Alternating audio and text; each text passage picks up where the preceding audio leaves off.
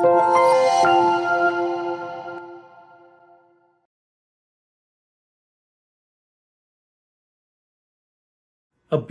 is abuse, right? Easy to identify, easy to understand, easy to figure out, easy to know what to do with, right? No. No. I'm Dr. David Hawkins, director of the Marriage Recovery Center. I talk a lot about narcissistic and emotional abuse. When we think of abuse, it's very common to think of it as overt abuse. You know, pushing, hitting, shoving, name calling, just being atrocious and horrific. And anybody who saw it would understand it as abuse. And there is overt emotional abuse. There's overt domestic violence. Clearly, there's laws against it. People would be arrested if they did these kinds of behaviors. But there's another kind of abuse that we need to understand, and it's covert emotional abuse. And of course, the word covert means hidden or secret. You don't see it. And even the victim of covert emotional abuse may not know that they need to call it abusive. And of course, if they do call it abusive, the perpetrator of this covert abuse is going to say, no way, no way. Everybody does what I'm doing. Everybody acts the way I'm acting. And so covert emotional abuse is difficult to name. It's difficult to spot. It's difficult to define. I worked with a couple recently, and the man was resistive, argumentative.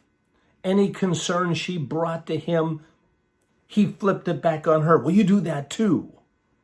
Or minimization. It's not that bad. I mean, yeah, I blow up once in a while, but hey, everybody loses their temper once in a while. But these patterns of degrading another person's value by belittling them, by humiliating them, by powering over them, these covert patterns of abuse take an extreme toll.